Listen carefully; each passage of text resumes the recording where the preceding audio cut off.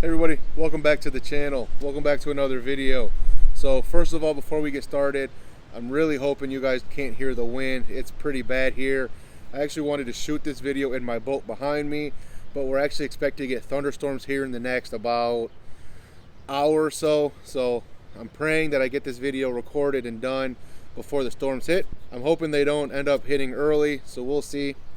But today's video, we're going to talk about the gear ratios and casting reels and why it's important. So stick with us. Wait. Before you skip ahead to check out these gear ratios, don't forget, like, comment, subscribe to this channel and these videos. I appreciate each and every one of you that watch this video, whether you give me the thumbs up or subscribe or not, but it would really help me out to get that thumbs up and that subscribe. Now, let's get back to these reels. I'm sure by now, if you've done any type of fishing or done any type of review in the fishing industry, you know that your casting reels come in variable gear ratios. They can be down to a 5-to-1, up to a 6-to-1 like I have here, a 7-to-1, an 8-to-1. There's 9-to-1s, I've even seen 10-to-1s.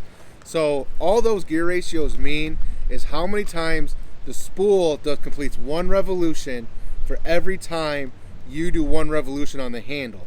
So this MGL right here, this is a 6-3-to-1, and what that means is if I take the handle and rotate it one time around, the actual spool will spin 6.3 times. A 7-to-1, exactly what it sounds like. I take my handle and I do one revolution, that handle is going to spin 7 full revolutions. 8-to-1, same thing, spin the handle, you're going to get 8 full spool revolutions. So breaking that down and figuring out what that means in terms of fishing, that means the higher the number, so your 8-to-1 actually picks up more line per one revolution than your 6-3-to-1. So your 6-3-to-1 will pick up more line than your 5-to-1, and then your 10-to-1 would pick up the most line out of the entire lineup here. So that's kind of the breakdown on it. If you go back maybe 10 plus years ago, the main average do everything reel was your 6-3-to-1. Your 7-to-1s were really the burning or the fastest reels out there, and then your slow rolling or the least amount of line pickup was your 5-to-1s.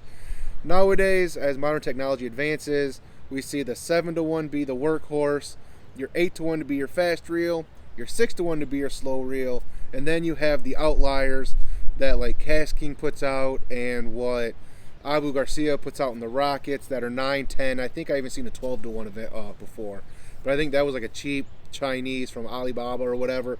But just so you know, technology is always progressing to the faster gear ratios. You're not seeing the slow gear ratios anymore.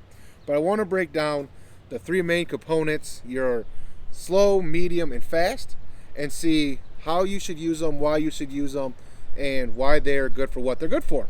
So let's go ahead and go straight into the slowest one I have, which is a 6-3-to-1. With your 6-3-to-1 gear ratio or your slow gear ratio, what usually happens is you typically have meatier and beefier gears in there.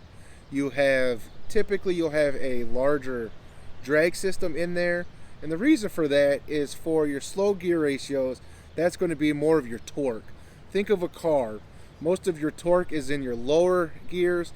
Most of your top speed performance is in your higher gears. Same rule applies with your fishing reels.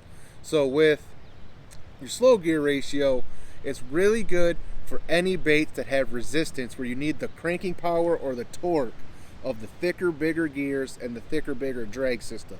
So think deep diving crankbaits, think big swim jigs, big flutter spoons, anything that is really heavy or has a lot of resistance is when you want the bigger, beefier reels. So my SLX MGL here, like I said in other videos, I actually use this for deep cranking. Obviously I live in Ohio, so deep cranking to me is anything deeper than 15 feet. 6-3-to-1 does that perfect for me. I used to have a Revo winch, which was a 5-4-to-1. I don't necessarily recommend a 5-4-to-1 unless you're fishing deeper than 20 feet, 25 to 30 foot depth. I would then look at a 5-to-1, but for most crankbait activity, especially that 10 to 20 feet, your 6 3-to-1s are really going to help you out with getting those baits down in the strike zone and leaving it in the strike zone because it takes up less line than a faster gear ratio. Another reason I like the 6 3-to-1 is when I'm throwing those big swim baits. So with the big swim baits, like your 6 cents trace, that was probably the lightest one I'd go to. But the Huddlestons or any of those 2, 3, 4 ounce swim baits, this is good just because it's got thicker. A 6 3-to-1 is good. Not necessarily this reel, but a 6 3-to-1 is good because it has a thicker, meatier drag. It's got more cranking power because the gears are a little bit beefier.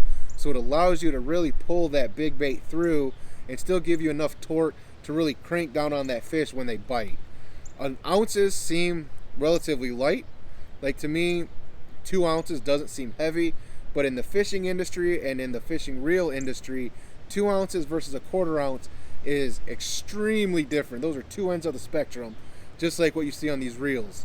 So again, 6 3-to-1, perfect for anything resistance or deep or big. So those are the three I like: resistance, deep, or big. 6 3-to-1. The next reel I want to go over is the medium, quote unquote, workhorse reel, and that is your 7-to-1. So the 7-to-1s, like I said, 10 years ago was your fast reels. Now this is your average workhorse, do everything. Think of this as your 7.3 medium heavy rod. It'll do anything. It'll cover any application. If I need this rod in a pinch to crankbait, I can use it on a crankbait, I can use it on a swim bait. If I need it to do something that an 8-to-1 tip would typically do, but I don't have my 8-to-1, it'll do it just fine. Perfect workhorse. So what I like to do with the 7 3-to-1 is with a 7 3-to-1, I like to use this for my spinner baits, my bladed jigs, swim jigs, buzz baits. I actually prefer this for a square bill crankbait or even a lipless crankbait, so those shallow running ones. I also like the 7-to-1 on top water, so any type of walking or popping. These are good for jerkbait fishing. You can use these on soft plastics, your shaky head, your Texas rigs. If you want to throw a fluke with it, this reel can cover anything. If you're a co-angler, if you're a bank angler, or if you're somebody that doesn't want to keep a lot of rods and reels on you, personally, I would just get 4 or 5 7-to-1s and call it good. A 7-to-1, you can flip with it, pitch with it, jigs, crankbaits, spinner baits, top water, soft plastics. It'll do anything. So again, 7-to-1 is your workhorse reel.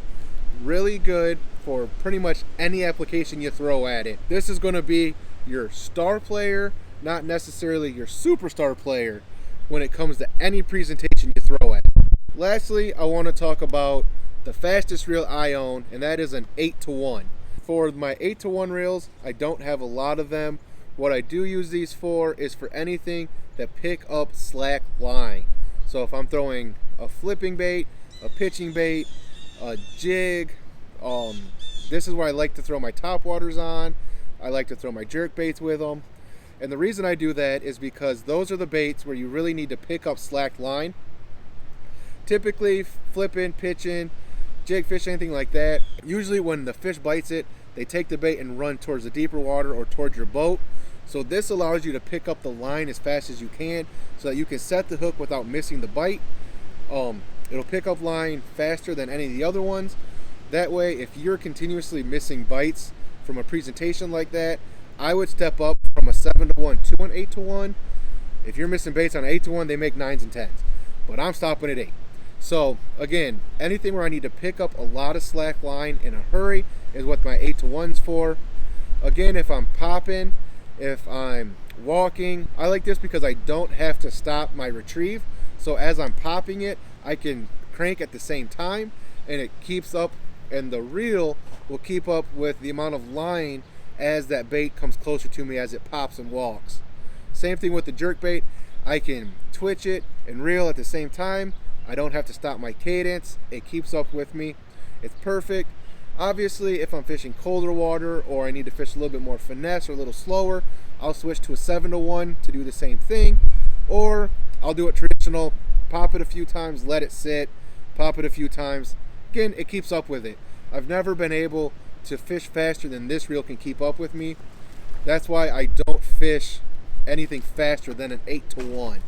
Again, a Texas rig, a shaky head, a fluke even, this reel's really good. All those baits, typically when the fish hits it, they run towards you. So you can gather that line up quick, set the hook, get the fish in.